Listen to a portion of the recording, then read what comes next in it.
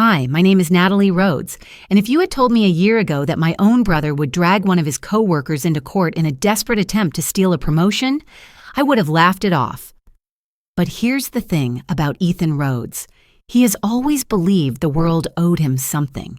Even when we were kids, he was the type who'd show up late to group projects, contribute the bare minimum, and then beam proudly when the teacher praised our work. He had this uncanny ability to make himself look like the hero, even when someone else had done the heavy lifting. I remember being 13, staying up all night to help him build a cardboard model of the solar system for his science class. He glued 2 planets, fell asleep, and left the rest to me. The next day, when his teacher applauded his hard work, Ethan just smiled and soaked up the praise. Not a word about me, not even a thank you. That pattern never really changed. It just grew louder as we got older. Fast forward 20 years. Ethan and I both ended up working at the same corporation, a mid-sized tech firm in Portland, Oregon. I worked in HR. Ethan was in operations. We weren't in the same department, but close enough to catch the gossip, see the politics, and watch who climbed the ladder, and who didn't. And Ethan? He was convinced he was destined for the corner office. He talked constantly about when he'd be promoted, not if. He bought designer suits he couldn't afford, strutted around the office in them like armor, and made a habit of cozying up to anyone in upper management who would listen. He had the smile, the handshake, the small talk. What he didn't have was the work ethic. Behind the scenes, it was his colleague, Daniel Tran, who held the department together. Daniel was the kind of man who never raised his voice, never bragged, never flaunted his accomplishments. He just worked, day after day, first to arrive, last to leave, always the one fixing problems that no one else could. He was reliable, respected, and quietly indispensable. Everyone noticed, even if Ethan pretended not to. So when the company announced that the vacant department head position would go to Daniel instead of Ethan, the entire office nodded in quiet agreement. It was the obvious choice. Everyone, that is, except my brother. I still remember the night Ethan called me after the announcement. His voice shook with rage, not grief. "They stole it from me, Nat. That promotion was mine. Do you have any idea how long I've been waiting for this?"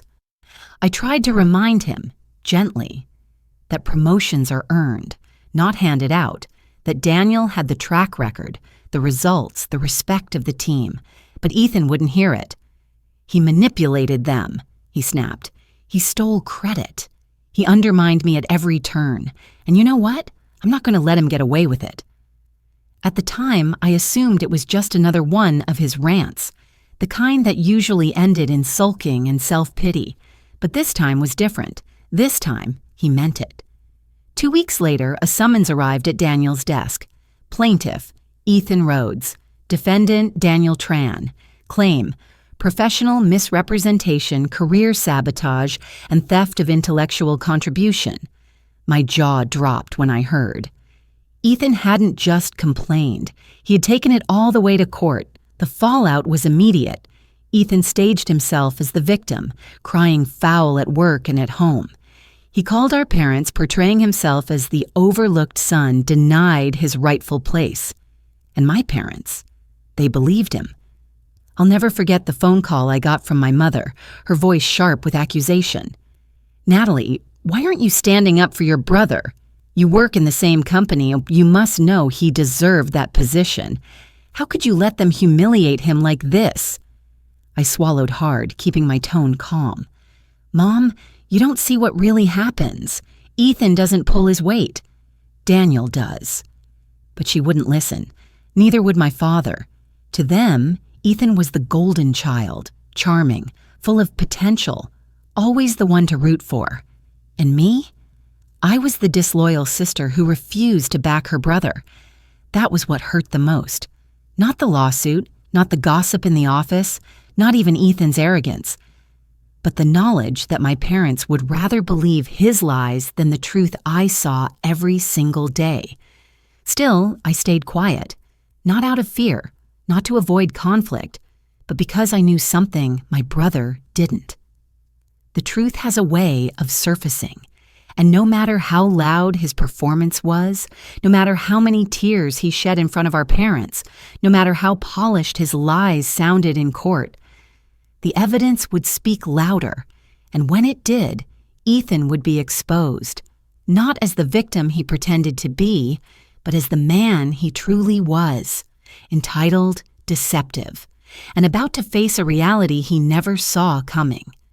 The envelope was heavy, thicker than a bill, thicker than junk mail. When Daniel Tran slid it across the break room table to me, his expression was tight, unreadable. "Read this," he said quietly. The words at the top nearly made me drop the paper. Multnomah County Civil Court Summons. There it was, in bold. Plaintiff, Ethan Rhodes. Defendant, Daniel Tran. And right under that, the charges. Professional misrepresentation, theft of intellectual contribution, career sabotage. My stomach dropped. This wasn't just Ethan venting in anger. This was official, legal, public. Daniel's voice was calm, but his knuckles whitened around his coffee mug. He's claiming I tricked management into promoting me, that I stole his ideas, presented them as my own, and pushed him out of the running. I wanted to laugh at the absurdity. Ethan, who could barely submit reports on time, suddenly painting himself as a visionary wronged by betrayal. But Daniel wasn't laughing. He knew better than anyone. Once something like this reached the courtroom, perception mattered as much as truth. That evening, my phone buzzed. Mom again. "Natalie, I hope you'll do the right thing," she said, skipping the hello. "Your brother is devastated. He says Daniel manipulated everyone, even you. You work in HR, don't you? You must have seen the favoritism." I closed my eyes, gripping the counter until my knuckles turned white. "Mom, I've seen the work, day after day. Daniel earned that job. Ethan didn't." Her silence was sharp, like a blade pressed against my throat. "Blood comes before colleagues," she said coldly. "Remember that." The line went dead. The following week, Ethan's performance spread beyond family phone calls. He gave interviews to small business blogs, talking about toxic workplaces and the silent theft of leadership. He painted himself as a whistleblower, bravely standing up against corruption. And people believed him, or at least they wanted to.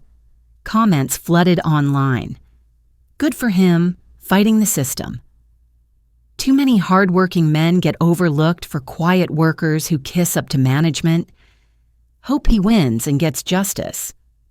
I watched in disbelief as my brother, the same man who once bragged about outsourcing his college assignments, became a martyr in the eyes of strangers. But then, the cracks began to show. It started with a podcast.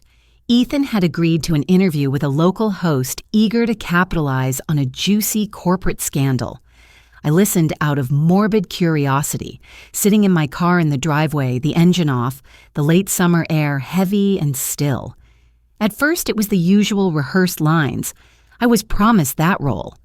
I contributed the majority of ideas to the department.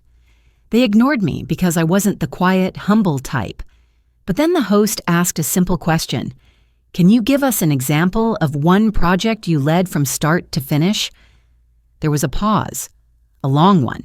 I could practically hear Ethan scrambling for something, anything. Finally, he stammered, "Well, leadership isn't always about doing every detail yourself. It's about delegating, inspiring others to deliver." The host pressed gently, "Of course." But still, one concrete example? Another pause, then a deflection. "I don't want to get into specifics while litigation is pending." I shut off the podcast before it ended, because I knew the truth, and I had a sinking feeling the court would soon know it too. Meanwhile, Daniel prepared quietly, methodically. While Ethan spun narratives online, Daniel gathered evidence. One evening, I passed his office and saw him under the fluorescent lights, alone, surrounded by binders thicker than textbooks, project logs, email trails, signed approvals, budget sheets. Every document was a brick, Every brick was a wall, and soon that wall would stand between Ethan and his lies. 2 nights before the first hearing, Ethan showed up at my apartment. His eyes were bloodshot, his suit wrinkled. "Nat," he said, voice low, "I need you. Your family. You work in HR. You can testify that management always favored Daniel, that they overlooked me." I stared at him. My brother, the same boy who once let me take the blame for breaking Dad's watch, the same man now asking me to twist the truth under oath. "Ethan," I said slowly, "I won't lie for you." His jaw clenched. "So you're against me?" "I'm not against you," I whispered. "I'm for the truth." He laughed bitterly, shaking his head. "You'll regret this. When I win, you'll see." And then he was gone. The morning of the hearing, the courthouse buzzed with reporters and curious employees. Ethan arrived flanked by our parents, their faces set in stone, their loyalty unquestioning. He looked polished, confident, rehearsed. Daniel walked in alone, carrying nothing but his binders and a quiet strength that didn't need an audience. I sat in the gallery, my hands cold in my lap. For a fleeting moment, I wondered if maybe Ethan's performance would work, if charisma could really outshine evidence. But deep down, I knew something he didn't. The truth might take time, but it doesn't disappear. And once the judge asked for proof, Ethan's story would begin to unravel. The night after that first hearing, I couldn't sleep. Every time I closed my eyes, I saw my brother's face in court, polished, confident, lying without so much as a blink. And then I saw Daniel Tran, steady, silent, holding back like a man waiting for the right moment. I knew one thing for certain: emotion wouldn't win this case. Proof would. The next morning, I drove to Daniel's apartment. His living room looked like a war room. Stacks of binders, yellow, sticky notes lining the walls, a whiteboard crammed with timelines and bullet points. He barely looked up when I walked in. "I'm building the trail," he said simply. "What do you mean?" I asked. He tapped the board. "Every project in the last 3 years. Who contributed? Who signed off? Who stayed late? Who sent emails? I need to show not just that Ethan didn't do the work, but that he couldn't have done the work." I stared at the sheer volume of papers, dozens of project reports, invoices, email printouts. Each one was a piece of a puzzle. Daniel handed me a folder. "Want to help?" I opened it and froze. Inside were meeting minutes from a product launch last year. Ethan had signed the final approval, but in the actual notes, 3 different colleagues had credited Daniel with the idea, the execution, the crisis management when the servers crashed. And Ethan, he hadn't even been in the room that day. That was the beginning. Over the next week, Daniel and I pieced together a case that was airtight. At the utilities office, we pulled records of overtime logs. Ethan's card rarely scanned past 5:05 p.m. Daniel's? Night after night, 9, 10, sometimes even midnight. At the post office, the clerk confirmed. All company correspondence, project packages, FedEx deliveries, always addressed to Daniel, never Ethan. We visited coworkers one by one. Some were hesitant, afraid of being caught in the crossfire, but others were bold. "Of course I'll testify," said Maria, the software analyst. "Ethan hasn't led a single project. If anything, he slows us down." Martha from finance chuckled. "If Ethan had ever submitted a budget on time, I'd have framed it." Each witness signed and dated a statement. Each piece of paper slid into the growing binder on Daniel's kitchen table. But the real breakthrough came from an unexpected place. Late one night, I was sorting through old digital archives when I stumbled on a recording, an all-hands meeting from 2 years ago. Ethan had been the presenter, standing at the front of the room, claiming credit for a streamlined workflow. But in the background, on the audio, you could hear him whispering to Daniel moments before the presentation. "Don't say anything, let me handle this, it'll look better coming from me." I replayed it 3 times, my stomach tightening with every word. It wasn't just laziness anymore, it was strategy. Ethan had been planning this pattern for years, stepping into the spotlight at the last second, claiming work that wasn't his. I emailed the file to Daniel immediately. His reply was short, but I could almost hear the steel in his voice. This is it. Not long after, another surprise landed in our lap. A woman named Carla reached out.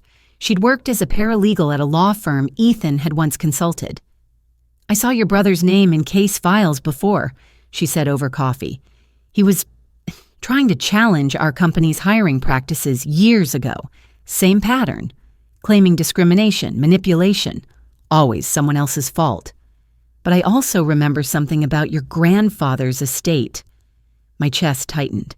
Grandfather's estate. It had been settled years ago. Ethan inherited most of the savings. I'd been told there was nothing left for me because of a clerical error, and I believed it. Carla slid a manila envelope across the table. Inside were 2 versions of the will. One draft listed my name as a beneficiary. The next draft, executed the same day, erased me completely, and in the corner of the page, a notary stamp from a junior lawyer, one who had later been dismissed for ethical violations.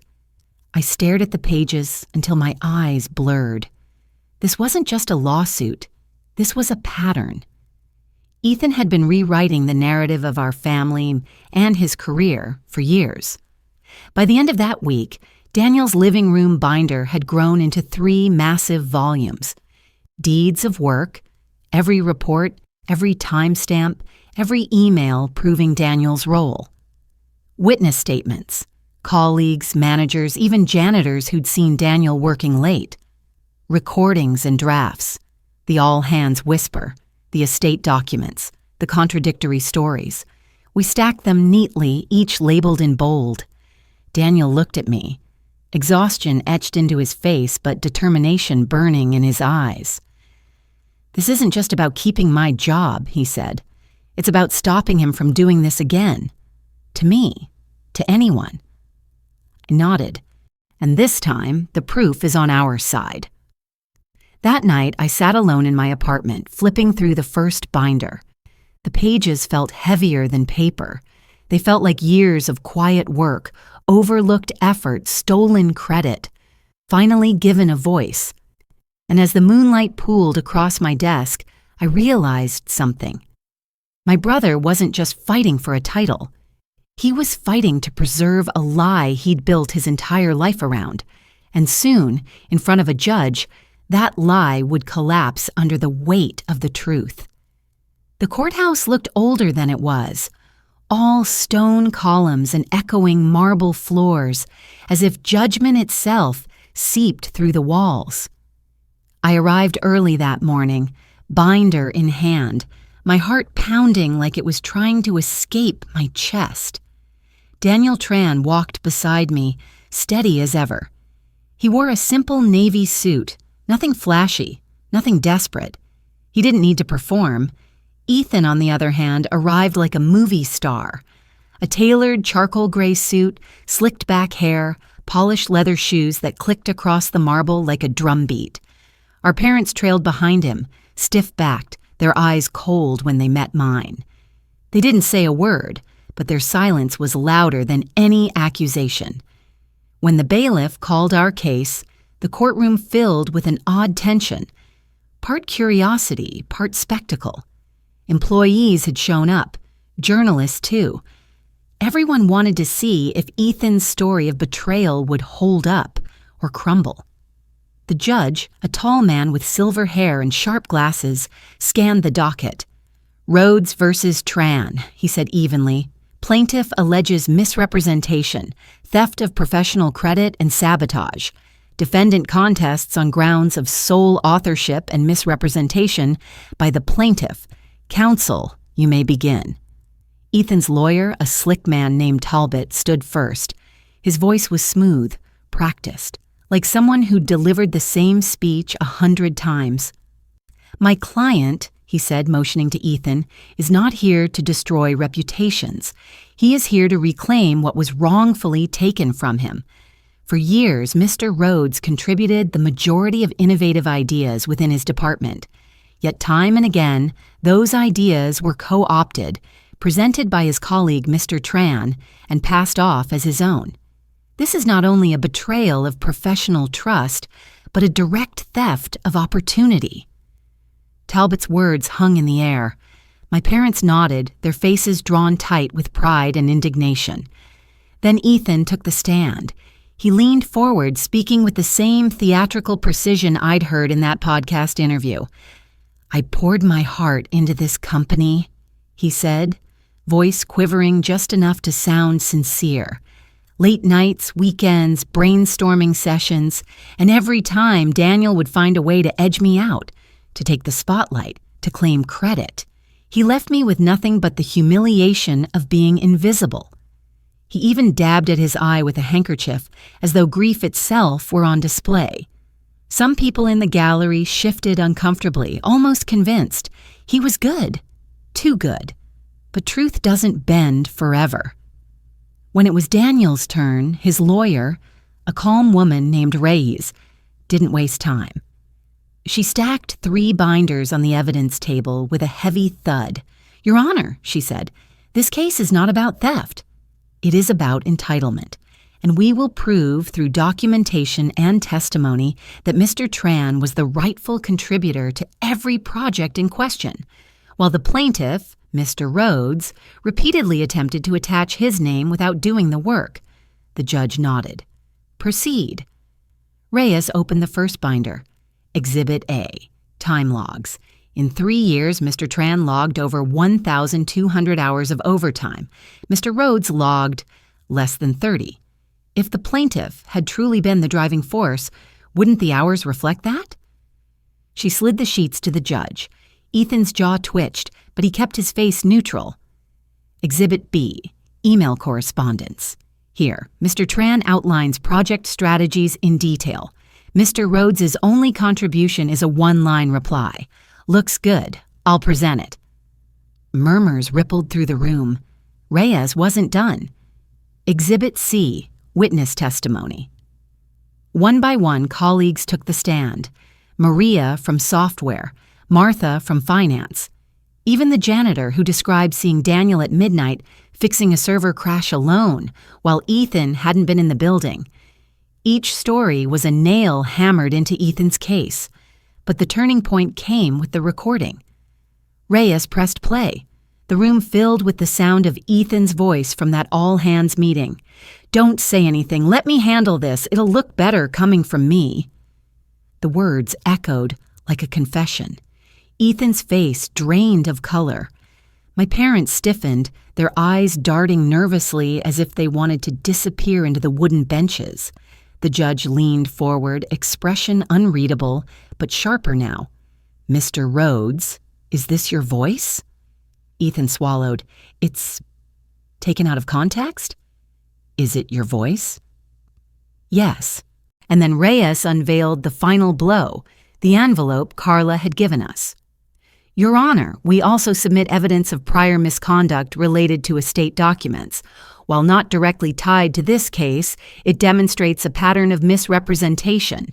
She handed over the 2 versions of our grandfather's will, one with my name, one without.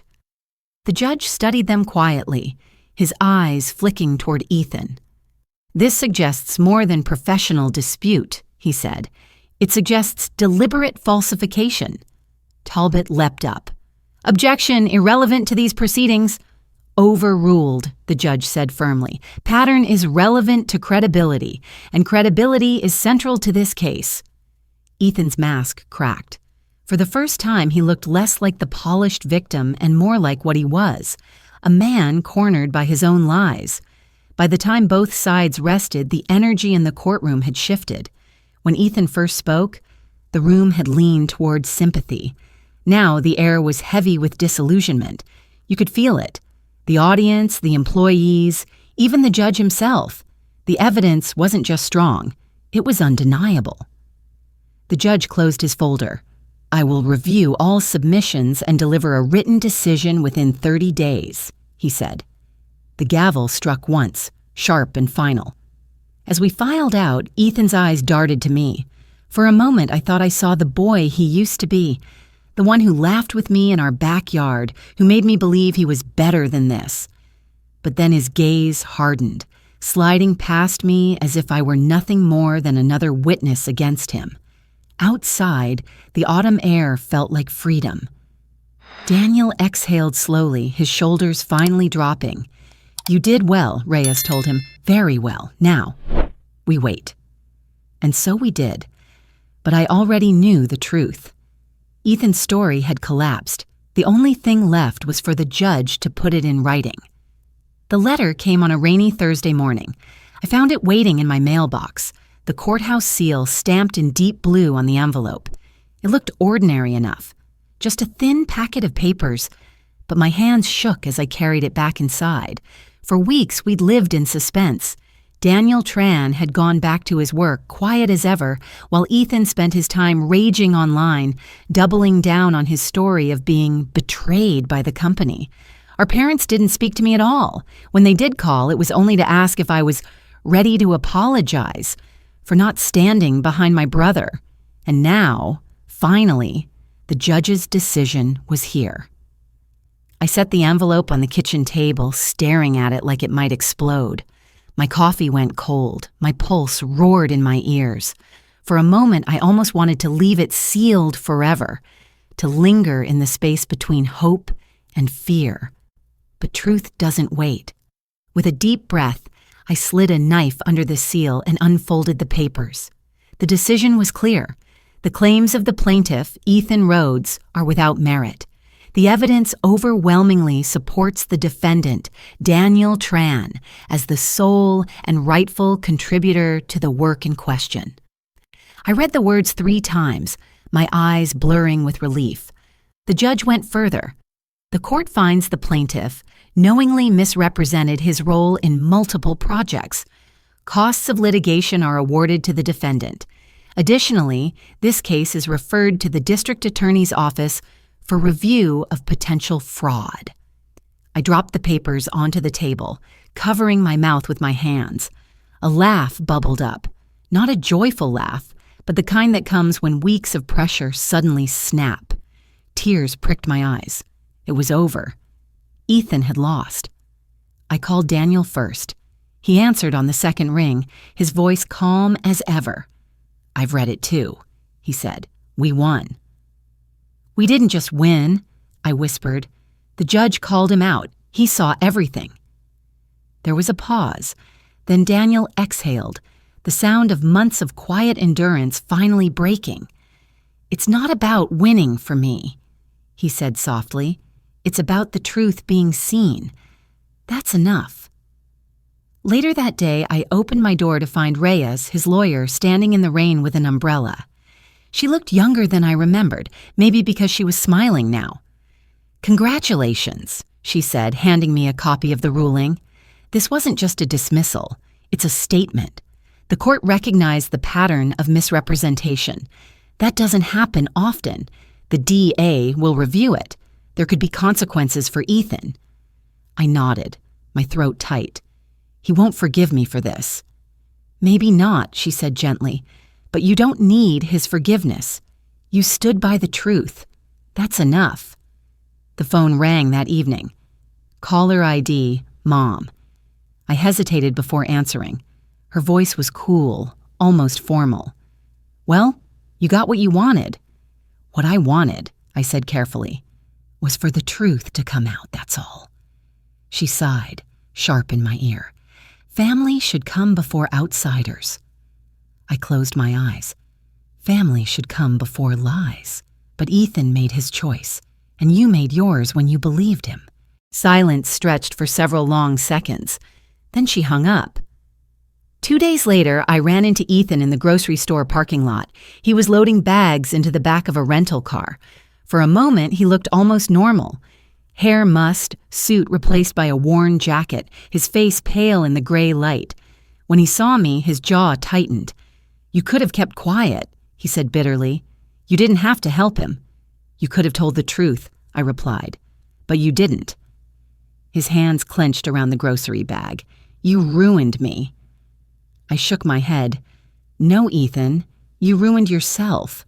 All I did was stop you from taking someone else down with you." For a second, something flickered in his eyes. Shame, maybe, or the ghost of the brother I used to know, but it vanished just as quickly. He slammed the trunk shut, climbed into the car, and drove off without another word. In the weeks that followed, the air around the office shifted. People no longer whispered nervously about the lawsuit. They spoke openly now, relief in their voices. Daniel's name was finally spoken with respect, not as a shadow behind Ethan's bluster. The company issued a statement affirming their decision to promote him, citing professional integrity and consistent contributions. And Ethan? Word spread quickly. He'd been let go. His professional reputation, once inflated by charm and borrowed credit, had collapsed overnight. The DA's office was still reviewing the case, but already he was a man adrift. One evening, I stood on my balcony, the city lights glowing against the damp pavement below. The court papers sat on my kitchen table, neatly clipped into a binder. I realized something then. This wasn't just Daniel's victory, it was mine too, because for years I'd lived in my brother's shadow, told that I should support him, excuse him, protect him no matter what. But for once, I hadn't. I had stood on the side of truth, even when it cost me my parents' approval, even when it broke what was left of my bond with Ethan. And in that choice, I had found something I didn't expect: peace. The verdict wasn't just about a promotion, it was about self-respect, about refusing to be erased, whether in a workplace, in a family, or in the story someone else tries to write about you. Ethan thought he could twist the truth to crown himself a victim, but in the end, the truth crowned him something else entirely, a fraud. And me? I was done carrying his lies. Winning didn't feel the way I thought it would. There was no confetti, no triumphant music, no parade of congratulations. Just me standing in my kitchen the morning after the verdict, making coffee the same way I had the morning before. But the air was lighter. The silence felt different. For the first time in months, I wasn't holding my breath, waiting for the next summons, the next accusation, the next desperate phone call from my brother. Still, there was an ache the court couldn't fix. Because victory in law doesn't heal the wounds of family. In the weeks that followed, my parents stopped calling. No more angry voicemails, no more pleas for me to stand by my brother. Just silence. A silence that said more than words ever could. Dad sent one short text: "Take care of yourself." I didn't know if it was meant as kindness or as a goodbye. Ethan vanished. I heard from a former coworker that he'd sold his car, closed his apartment lease, and moved out of state. Phoenix, maybe, or Denver. Nobody knew for sure. And just like that, my family was fractured. Part of me grieved. I remembered Christmas mornings when Ethan and I raced down the stairs in our pajamas, summer evenings grilling burgers in the backyard the way he used to make me laugh until my stomach hurt. But memory is a tricky thing. It paints the past in warm colors, even when the truth was colder.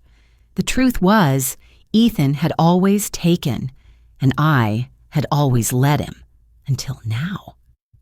Daniel, on the other hand, became something unexpected in my life. He never gloated. Never once did he say, "I told you so." He went back to work like nothing had happened, steady and focused, pouring himself into the job the way he always had. One night, a few weeks after the ruling, we sat on a park bench overlooking the river.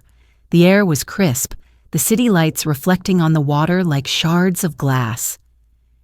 "Do you ever feel like winning doesn't really feel like winning?" I asked him. He thought for a long moment before answering. "It's not about winning, it's about stopping the loss." I frowned. "Stopping the loss?" He nodded. When people like Ethan take credit, they don't just steal recognition. They steal confidence. They make others doubt what they've built. By standing up to him, we didn't gain something new. We just stopped him from taking more. I let the words sink in. They felt true in a way I hadn't realized until that moment. By spring, life began to settle into something resembling normal. The office no longer buzzed with rumors of the lawsuit. Instead, people joked again in the hallways, shared donuts in the break room, celebrated small victories without glancing nervously over their shoulders. Daniel was thriving as department head. He created mentorship programs, made sure junior staff got credit for their work, and kept his door open to anyone who needed guidance. And me? I poured myself into HR projects that mattered. Wellness initiatives, diversity programs, policies to protect employees from the very kind of harassment Ethan had tried to weaponize. It wasn't glamorous, it wasn't loud, but it was real. Still, there were scars. One afternoon, I got a letter from my cousin Emily. She was hosting Thanksgiving that year. "I know things are strained," she wrote, "but you're welcome. No pressure, just think about it." I sat with that letter for days, staring at the neat handwriting, the invitation between the lines. Part of me wanted to go, to prove I could still show up, still smile, still share a meal without bitterness. But another part of me knew the wounds were too fresh. In the end, I mailed her a simple card. "Thank you. Maybe next year." It wasn't anger that kept me away. It was self-preservation. In February, I saw Ethan again. I was at the hardware store picking up paint for my apartment. He was in the same aisle, his hair longer, his jacket worn, his eyes shadowed with something I couldn't name. For a moment, we just stood there, brother and sister with a canyon of betrayal between us. Finally, he spoke. "They dropped it," he said. His voice was rough. "The DA, no charges." I nodded.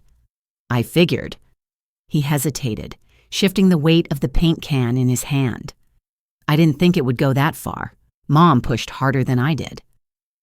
I almost laughed, not because it was funny, but because it was so far from the truth I'd lived. But I didn't argue. Instead, I said, "You could have stopped it, Ethan." "But you didn't." He looked down. "Yeah, I know." Then he walked away. No apology, no explanation, just gone. By summer, the storm had fully passed.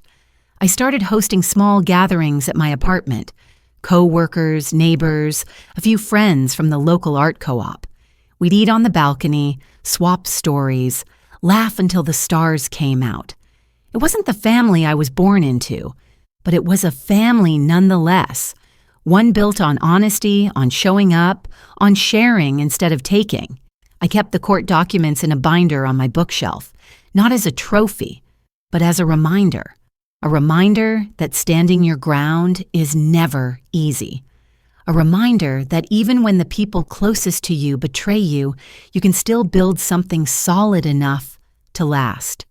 A reminder that healing isn't about going back to how things were. It's about finding peace with how things are now. That evening, as the sun set over the city, I sat on my balcony with a cup of tea. The world looked the same. The sky still glowed pink and gold. The air still smelled faintly of rain. But inside, I was different.